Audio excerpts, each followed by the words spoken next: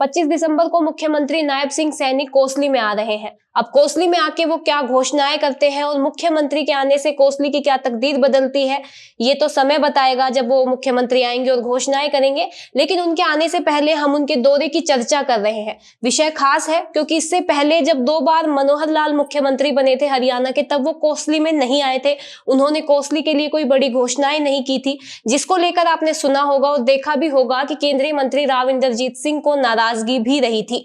लेकिन अब नायब सैनी मुख्यमंत्री बनने के बाद ही ज्यादा समय लगाए बिना ही कोसली में आ रहे हैं। क्या घोषणाएं करेंगे ये सब देखना होगा, जिसकी अब हम चर्चा करेंगे। और उस दिन राव इंद्रजीत सिंह उनके साथ रहेंगे या नहीं रहेंगे, इस बारे में भी हम चर्चा करेंगे। हमारे साथ चर्चा में जुड़ चुके हैं एनजेपी के प्रधान संपादक महेश कुमार वैद और मैं हूं आपके साथ कोमल राव। 25 तारीख को नायब सैनी आ रहे हैं कोसली में, तो उस दिन पूरा क्या उनका वर्क प्लान रहेगा, क्या घोषणाएं वो कर सकते हैं, कोसली को क्या मिल सकता है? कोमल, आपने जो सवाल उठाया है, आपने जो लंबी भूमिका के साथ सवाल भी आपने खड़ा किया है, ये भी बताया है कि मनोहर लाल नहीं आ पाए थे, तो इसको राजनीतिक दृष्टि से देखने की ज़रूरत है। आपने राव इंद्रजीत का भी जिक्र किया। मैं आपको बता दूं कि 25 दिसंबर को मुख्यमंत्री नायब सैनी के साथ राव इंद्रजीत भी आ रहे हैं। मतलब राव इंद्रजीत इसलिए आ रहे हैं क्योंकि राव इंद्रजीत के लिए नाराज़गी की कोई वजह भारतीय जनता पार्टी ने इस बार नहीं छोड़ी है। उनकी बेटी कैबिनेट मिनिस्टर है हरियाणा में, वो खुद मंत्री हैं। पूरे देश में ऐसी एकमात्र स्थिति है कि जब पिता और पुत्री दोनों मिनिस्टर हैं, पुत्री राज्य में मंत्री हैं और पिता केंद्र में मंत्री है। इसलिए राव इंद्रजीत इस समय जो नाराज़गी वाली ट्रैक उनकी रहती थी, जिस पटरी पर उनकी गाड़ी दौड़ती थी, वो पटरी अब नायब सैनी ने ख़त्म कर दिए। अब तो उसी पटरी पर राव इंद्रजीत को दौड़ना पड़ेगा जिस पटरी पर नायब सैनी की ट्रेन दौड़ेगी और केंद्र में नरेंद्र मोदी की ट्रेन दौड़ेगी। उनकी नाराज़गी नहीं है। नाराज़गी नहीं है तो स्वाभाविक रूप से उनकी उपस्थिति रैली में देखने को मिलेगी। हम ये कह सकते हैं, वो गाना है ना प्रचलित, राम आएंगे मेरी झोपड़ी के भाग्य, कुछ ऐसा ही कहते हैं। तो अब नायब सैनी आएंगे, संग में राव भी आएंगे और कोसली की तकदीर भी बदलेगी, तस्वीर भी बदलेगी। ऐसा हम इसलिए कह रहे हैं कि जो 2 टर्म जो राव इंद्रजीत की शिकायत रही मनोहर लाल से, वो ये रही कि कोसली के लिए कोई बड़ी घोषणा नहीं हुई। लक्ष्मण यादव को भी उसकी आलोचना झेलनी पड़ी। लक्ष्मण यादव भाजपा के विधायक थे कोसली से, तो वो भी ये कहते रहे कि जो है मतलब कोसली मनोहर लाल का वैसे तो आना हुआ, लेकिन राजनीतिक रूप से जो वो रैलियां कर रहे थे जिनमें डेवलपमेंट की घोषणा हो रही थी, कोई बड़ी घोषणा कोसली को लेकर नहीं की गई। तो हम ये कह सकते हैं कि नायब सैनी आएंगे, राव इंद्रजीत साथ में आ रहे हैं, आरती राव भी वहाँ रह सकती है, और जो कोसली के विधायक हैं अनिल यादव डहीना वाले, वो पूरी तरीके से समर्पित भाव से राव इंद्रजीत के ही सिपाही है। इसलिए आप ये कह सकते हो कि राव इंद्रजीत मुख्यमंत्री नायब सैनी के सामने अपनी ताकत भी दिखाएंगे और भारतीय जनता पार्टी का जो कैडर का कार्यकर्ता है वो भी वहाँ मौजूद रहेगा। भाजपा और राव पहली बार घी खिचड़ी नजर आ सकते हैं कोसली में, ऐसा मेरा मानना है। और ये राजनीतिक संदेश यही जाएगा कि गुरु मनोहर लाल से जो चूक हुई उसको शिष्य नायब सैनी उस चूक को सुधारेंगे, ऐसा मेरा मानना है। अभी जो आप भूल सुधारने की बात कर रहे थे कि मनोहर की भूल नायब सैनी सुधारेंगे, आके घोषणाएं करेंगे, कोसली में जब हम देखते हैं तो काफी सारे मुद्दे हैं, समस्याएं हैं लोगों की, जिनको सुधारने की आवश्यकता है। भाकली कोसली विवाद तो काफी पुराना है, लंबे समय से चल रहा है। अब जो नए बस स्टैंड को लेकर भी एक विवाद चल रहा है, तो क्या लगता है इन सब समस्याओं का समाधान हो पाएगा? क्योंकि सबसे बड़े मुद्दे तो यही है फिलहाल उस हल्के के।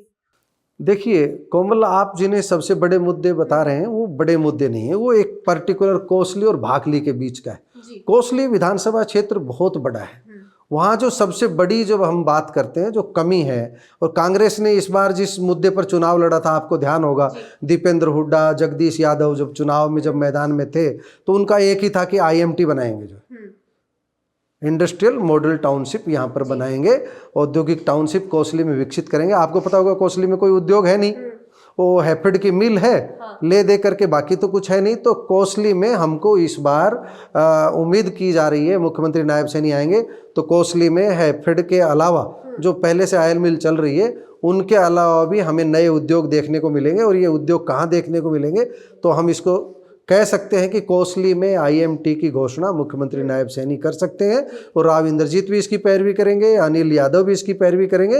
और आरती राव अगर रैली में मौजूद रही अगर भी हम नहीं कहें तो शायद रहेंगी ही आरती राव, तो आरती राव मौजूद रहेंगी तो स्वास्थ्य के क्षेत्र में भी कोई बड़ी घोषणा मंच से हो सकती है, रैली के मंच से। तो ये तो बताई वो बात। अब आपने जो विवाद की बात की, उस विवाद पर भी हम चर्चा करते हैं। आप जिस स्कूल के नामकरण की बात करते हैं या अस्पताल के नामकरण की बात करते हैं या बस स्टैंड के नामकरण की बात करते हैं, तो नामकरण का विवाद ही इसी तरह की जो राजस्व सीमा है, जैसे कोसली का रेलवे स्टेशन बना हुआ है, वो रेवेन्यू रिकॉर्ड में भाखली की सीमा है और नाम जो है कोसली का। वो ये ठीक ऐसे ही है जैसे रेवाड़ी में कॉलेज बनना हो, तो अब रेवाड़ी में डालियावास की सीमा में कॉलेज बना हुआ है ना, यहाँ पर गर्ल कॉलेज रेवाड़ी ही कहलाता है ना। लेकिन भाखली के लिए मूंछों का सवाल हो गया कि हमारे रेवेन्यू स्टेट में अगर कोई नाम है तो हमारे गांव का नाम होना चाहिए। पिछले दिनों जब राव इंद्रजीत चुनाव प्रचार पर थे तो उन्होंने एक कमेटी बनाने की भी घोषणा की थी कि भाई कोसली और भाखली के लोग मिल करके अपना विवाद निकाल लें, लेकिन मुझे नहीं लगता कि अभी इसका कोई विवाद निकल पाया है। अगर कोसली और भाखली के बीच सहमति बनी तो निश्चित रूप से दोनों को मिलाकर के एक नगर पालिका निकट भविष्य में हम देख सकते हैं। रैली के मंच से भी कोई घोषणा हो सकती है, लेकिन मुझे अभी नहीं लग रहा है कि इस तरह का कोई प्रस्ताव अभी तक सर्वमान्य प्रस्ताव तैयार हुआ है। लेकिन अभी 25 दिसंबर दूर है, कुछ भी हो सकता है। प्रयत्नशील हैं कुछ लोग और राव इंद्रजीत भी रैली के मंच से आएंगे तो कोई न कोई समाधान इस तरह का हो सकता है जिस तरह कोसली और भाखली दोनों के बीच विवाद का अंत हो और एक भविष्य में डेवलपमेंट की नई रेखा खींची जा सके। और हम ये भी देखते हैं कि जब कोसली उपमंडल है, उपमंडल मुख्यालय होते हुए भी नगर पालिका नहीं है वहाँ पर, तो ये बड़ी बात है। हरियाणा में ऐसी स्थिति जो है शायद एक ही जगह है, मुझे पक्का तो यह नहीं है, पर एक जगह तो है कोसली में, और ऐसा शायद दूसरा उदाहरण कहीं नहीं मिलेगा। तो इसलिए इसका विवाद भी निकट भविष्य में हम देख सकते हैं कि हल हो जाएगा और मुख्यमंत्री नायब सैनी जरूर इस बारे में कुछ ना कुछ कहेंगे। चलिए अब हम अपनी बातों का समापन करते हैं, लेकिन उससे पहले एक अंतिम सवाल मेरा आपसे कि नायब सैनी के साथ आएंगे राव इंद्रजीत सिंह, तो इससे क्या जो चुनाव से पहले या चुनाव के दौरान कुछ ऐसी चर्चाएं चल रही थी कि नाराजगी है राव इंद्रजीत में नायब सिंह को लेकर या जो भी मुख्यमंत्री पद को लेकर जो नाराजगी है, वो सब अब बंद हो चुकी है? देखिए कोमल, नायब सैनी को लेकर के एक दिन भी नाराजगी नहीं रही उनको।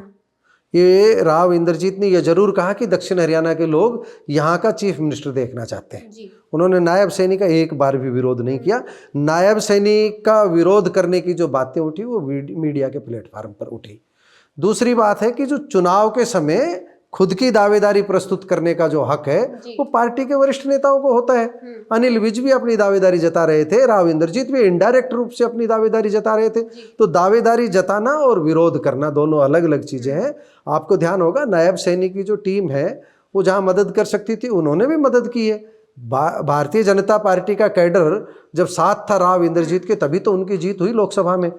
उनकी जो जीत को जो हम कह सकते हैं, उनके जो कैंडिडेट जीते हैं, चाहे वो कोसली में जीते, चाहे बावल में जीते, चाहे नारनौल में जीते, चाहे गुरुग्राम में जीते, चाहे पटौदी में जीते, सब में भारतीय जनता पार्टी के कैडर की भी भूमिका रही है। राव इंद्रजीत के अपने सिपाही भी जुटे, तो मिलजुल करके ही तो ये चुनाव जीता गया है। और आरती के कैबिनेट मिनिस्टर बनने के बाद राव का तो एक तरह से आप ये भी कह सकते हैं भारतीय जनता पार्टी ने उनको ताला लगा दिया है, उनके मुंह को, उनकी जुबान को, कि भाई अब तुम्हारी सारी मांगे सुन लिए, अब राव साहब साथ चलिए, एक साथ कदम ताल करेंगे और डेवलपमेंट की बात करेंगे। जो तो कोसली के लिए जब चीफ मिनिस्टर आएंगे तो ग्रामीण विकास के लिए भी बहुत कुछ मिल सकता है।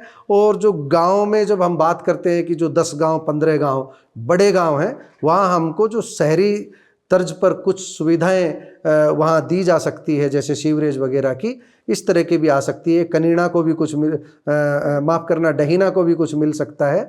तो इस तरह काफ़ी कुछ मुख्यमंत्री जब आ रहे हैं तो काफ़ी कुछ दे करके जाएंगे। जो धन्यवाद सर, आपने हमें समय दिया।